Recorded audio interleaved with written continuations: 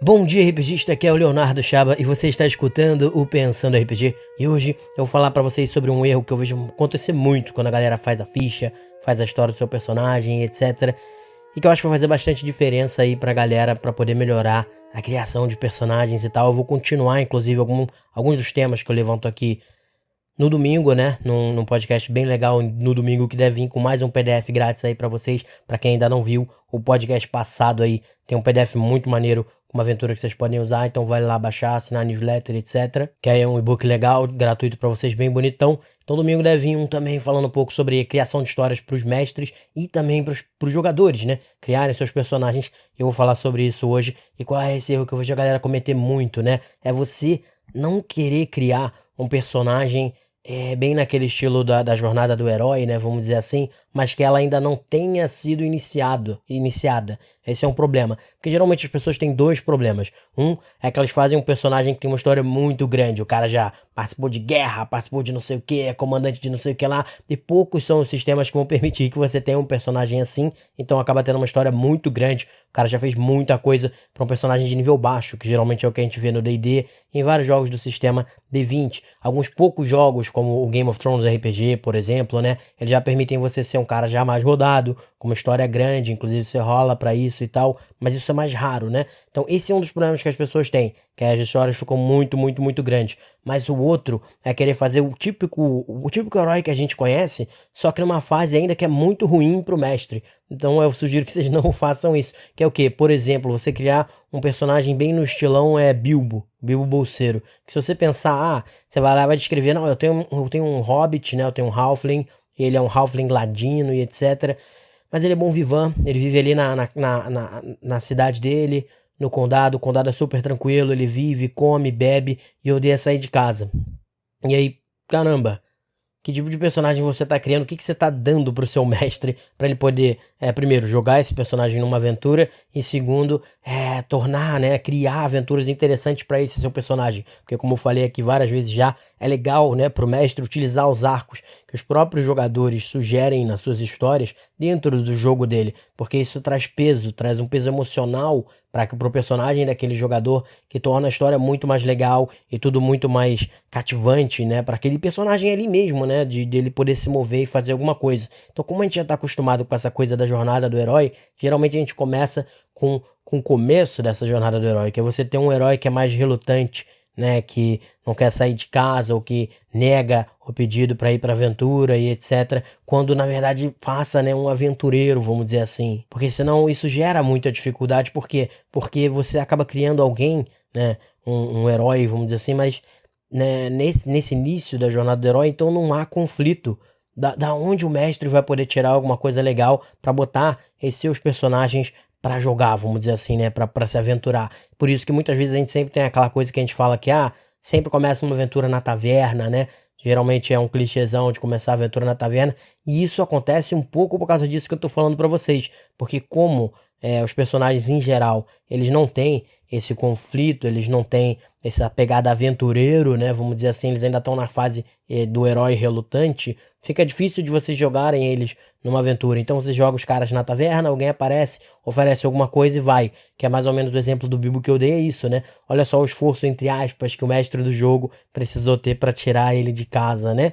Que é ir um mago levando 14 anões, acho que são 14 anões, e fazendo um mó auê do cacete pra poder tirar ele de casa. Isso dificulta o jogo pro seu mestre, dificulta até o resto do jogo pro seu mestre. Você vai acabar entrando numa história que se você pensar no Senhor dos Anéis, porque é uma história, né, criada por um autor, mas se você pensasse em termos de RPG e o Bilbo como um personagem, você estaria entrando, você força o seu mestre a criar a história que a gente chama de Railroad, né, que é o mestre bolar uma história dele, só dele que ele quer contar, e jogar e forçar os personagens de vocês a entrarem nessa história, né, que seria ir lá atrás dos Smaug, etc, e usar os NPCs dele lá, o mago, os anões e tal, para te jogarem naquela aventura.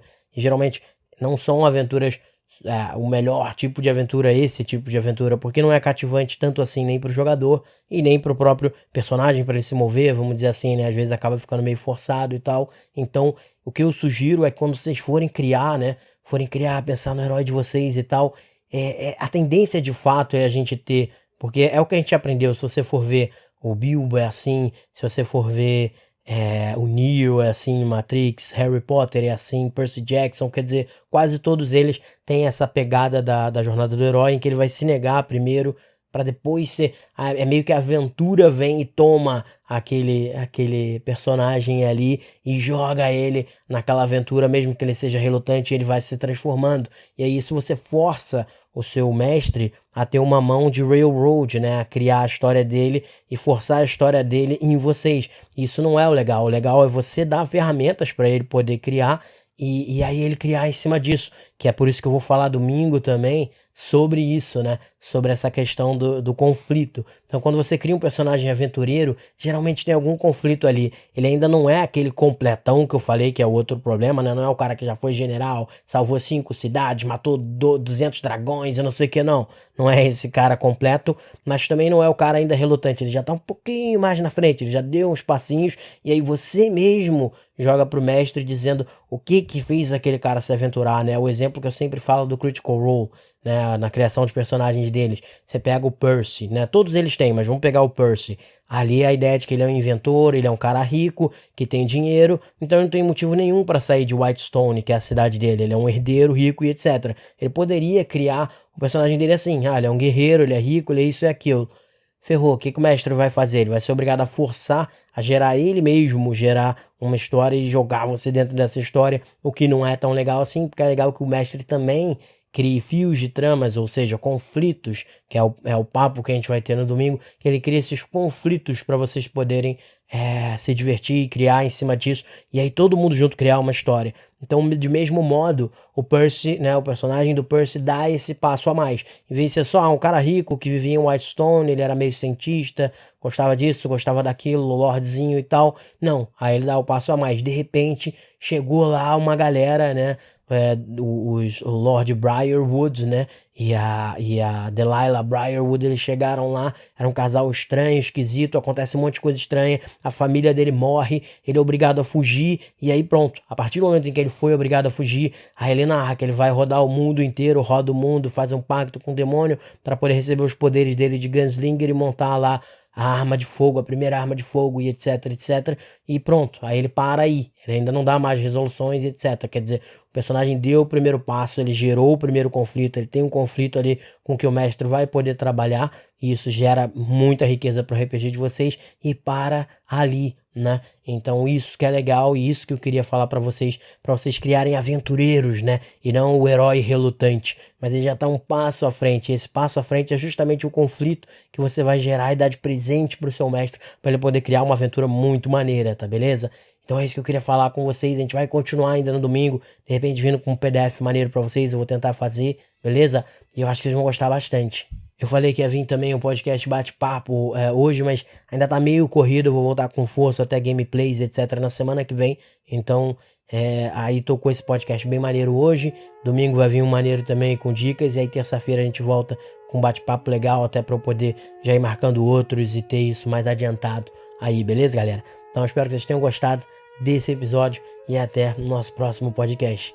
Grande abraço, pessoal!